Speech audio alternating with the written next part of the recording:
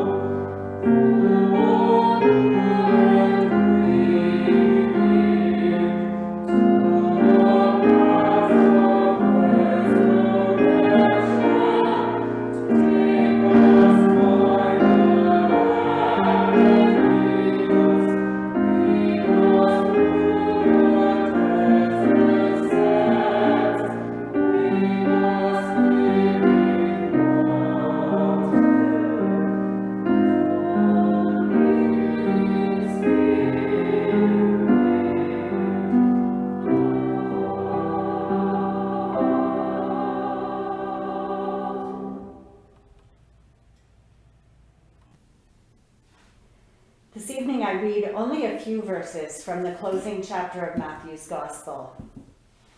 Now the 11 disciples went to Galilee, to the mountain to which Jesus had directed them. When they saw him, they worshipped him, but some doubted. And Jesus came and said to them, "All authority in heaven and on earth has been given to me. Go, therefore, and make disciples of all nations, baptizing them in the name of the Father, and of the Son, and of the Holy Spirit, and teaching them to obey everything that I have commanded you.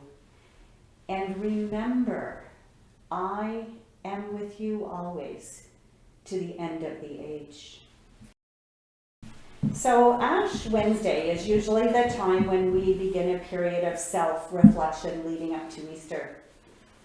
It's a time when we become a little more pensive, when we separate ourselves a bit from the ways of the world to focus more clearly on our faith, on our relationship with God. Some use it as a time to abstain from certain luxuries in life as a form of austerity. It's hard for me to make those suggestions as we have all given up so much over the past few months.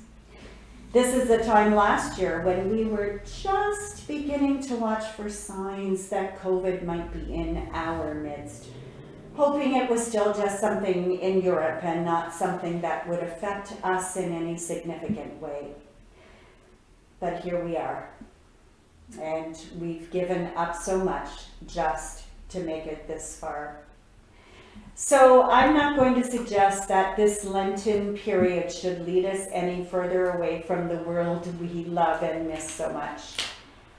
But I'm going to suggest that we use this Lenten period almost as our last effort to make good use of this time of isolation that has been forced upon us.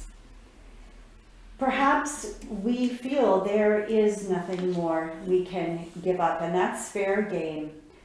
Although eating a simpler diet might not be bad preparation for us to ease back into reality. But how we spend the rest of this COVID time to simply focus on being grateful. I'm using this last stretch of alone time to be grateful for each new day that is gifted to us. For surely we now realize that each day that we are healthy is indeed a gift to be cherished.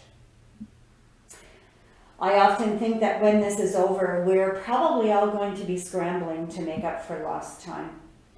I fear that we're going to pressure ourselves and each other to work harder, to accomplish more, to be busier. And I know that I, for one, without a doubt, will ask myself why I was not more able to simply relax into this quiet time and to use it as a gift of self-reflection and growth. And so as we begin our Lenten journey, I invite you now, if you happen to have your hymn book handy, you can turn to page 918, or if you can perhaps do it from memory, feel free to join me in our new creed as we remind ourselves that we don't embark on this journey alone. We are not alone. We live in God's world. We believe in God who has created and is creating, who has come in Jesus, the Word made flesh, to reconcile and make new, who works in us and others by the Spirit. We trust in God. We are called to be the church, to celebrate God's presence, to live with respect in creation, to love and serve others, to seek justice and resist evil, to proclaim Jesus crucified and risen, our judge and our hope. In life, in death, in life beyond death, God is with us. We are not alone. Thanks be to God.